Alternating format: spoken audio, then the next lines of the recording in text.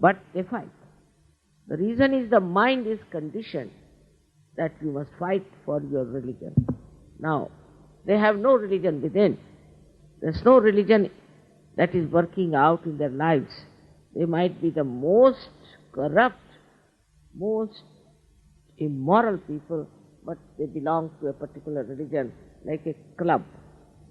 And then they start, you see, identifying themselves as something, and they have a right to do these things because they belong to a particular religion or to cult and this and that. Now there are people who can really use this one. Though it is artificial, in modern times we are using so many artificial things, and this artificiality can creep into everything, like plastic. So this mind can penetrate into anything, and it penetrates into the minds of people. That's how Hitler managed all the young people of Germany, all these people who have been able to destroy the reasoning which is logical, not through the mind. If it is through the mind, it's no logic. It is just a reasoning that we can see clearly stupidity.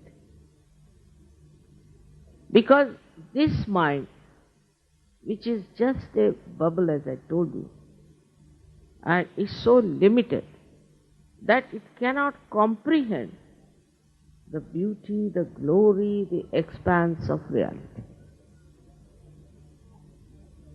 This mind is just a collection of all the garbage, we should say, which we have to somehow or other deny and tell ourselves that I have to go beyond my mind.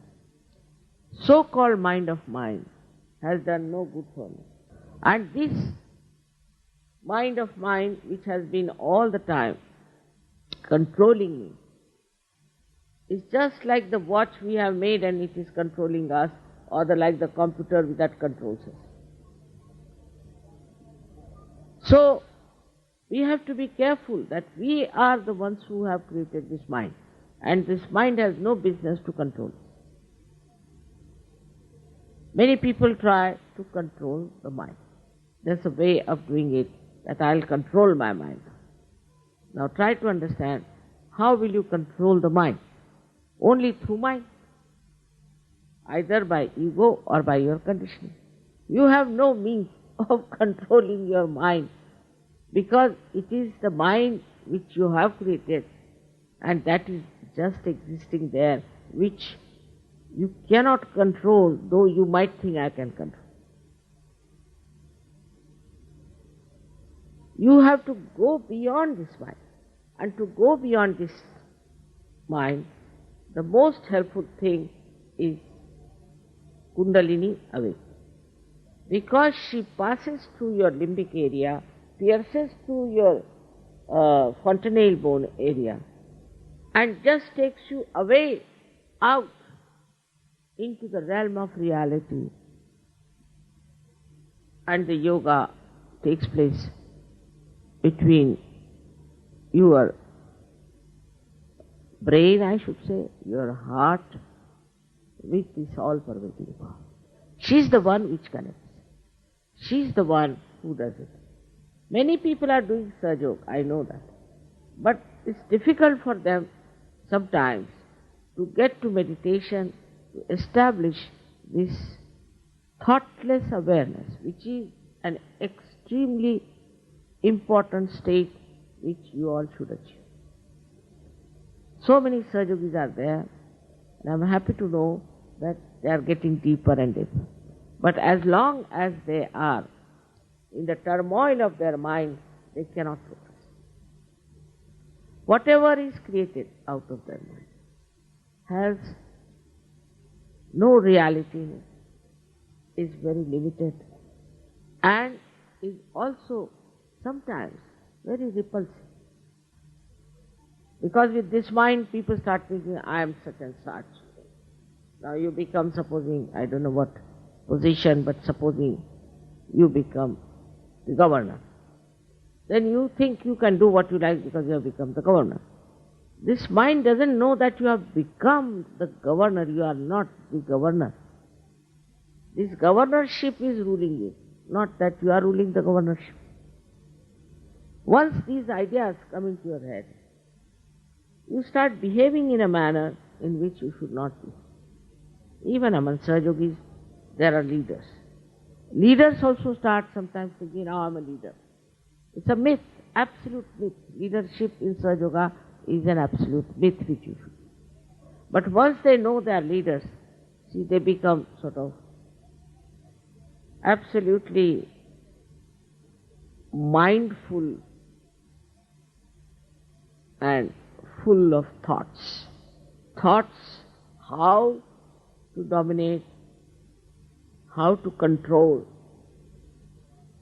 When they start controlling others, then you must know that it is the mind which is telling them to control. Why to control anything? If you are a real Sahaj Yogi, there is no need to control. There is no need to maneuver, to manipulate. Now once your attention goes beyond the mind, only the Sahaj Yogis will understand this point very clearly. When this mind goes beyond the thoughts, then the manipulation of the attention is very important. Then whatever you manipulate means you take this attention to this or to that or to that. You will be surprised how dynamic you become, how effective you become, and how knowledgeable you become. Because once you can take this attention to anything you want, immediately there is light on that issue, on that person, on that problem, and you see how it works, how it helps. In Sahaj Yoga, you have said, Mother, there have been lots of miracles with your attention or something like that. I agree. But your attention also is quite capable of doing things which normal people can't. Because now your attention is purified, firstly, and secondly, it is manipulated with the divine power and is manifesting its powers.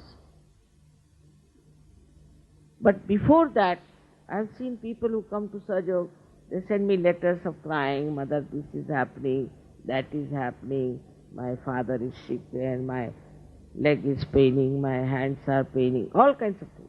Not only on the physical level but also on mental level and all sorts of things they go on. They sometimes write to me such long letters, I don't know how to write it. There's nothing to write so much. But they do, because at that stage they are still reacting and they don't know what to do. They go to such a limit that they think that Sahaj Yoga is like a contract. Now I have come to Sahaj Yoga, I must get this. This must happen. Only they come to Sahaj Yoga, then they think it's a contract and they must get this and they must get that help. All this kind of behavior is not that of a Sahaj Yogi. Sahaj Yogi in Sanskrit is a very good at tatast. Very good word, which I'll try to explain but cannot be really translated. Tatastha means the one who is standing on the shore. On the shore and watching. That is the state in which you have to be. But as a result, you do not become a person who is not effective. You become extremely effective. If such people are there, you won't believe so many things can happen. Wars can stop. Peace can spread. People who are evil will be exposed. Now, because it's such an amas working out of Sahaj Yoga, Sahaj Yogis should not in any way find themselves in conflict with each other. Still I find sometimes, and I'm amazed how people criticize other Sahaj Yogis or other leaders while they themselves have problems. The reason is that Once you start going beyond the mind, you automatically become introspective. And you start seeing what's wrong with me, this mind of mine now. So better stand before the mirror, or can even close your eyes and see, now, Mr. Mind, what are you doing? What are you up to? You face yourself. You stand out from yourself and see for yourself and ask the mind, what are you up to? That's the way. Once you are out of it, you can control it. One has to be beyond the mind, to think about yourself all the time, or to think about things which do not concern you sometimes, and just try to put your mind into a turmoil which is very dangerous these days. To stop your thought, first of all, I think in Sahaj Yoga I should stop reading anything. Because if you start reading, then what happens again? You start collecting thoughts from that. I've seen many people whose mind is nothing but the books from others, or the words of others, or quotation of others. They are nowhere. You cannot find them. They are all lost people. He says so and that one says so. When I was writing this book, which you know that I have written down, they were saying, Mother, but Plato said like this and Rousseau said like that. I said, let them say whatever they wanted to. I'll say what I know. Why should I refer to them? I don't have to go to the libraries and read what Rousseau said, what Plato said, what I know, whatever I have witnessed in my life, I should write. Clearly, without thinking about what others have to say, what others have described. And also this mind has another big problem, that whatever is written down in black and white becomes Bible. Then whatever is done before is something great. Like now there is no Christ, there is no Muhammad, and there is no Abraham, there is no Krishna, there is no Ram today. But they will think of what Rama said, what Krishna said, then in Gita this he said, in Gita he has not said a word about Kundalini, so why Mother is talking about Kundalini? He might have said, can't say, who wrote Gita? Never Shri Krishna. Christ never wrote Bible, Quran was not written by Muhammad Sahib.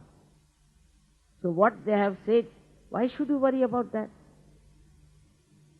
Instead of that, you take the experience that everybody has said. That you have to be born again, everybody has said. That you have to go beyond the mind, also everyone has said. Why not do that and then see for yourself?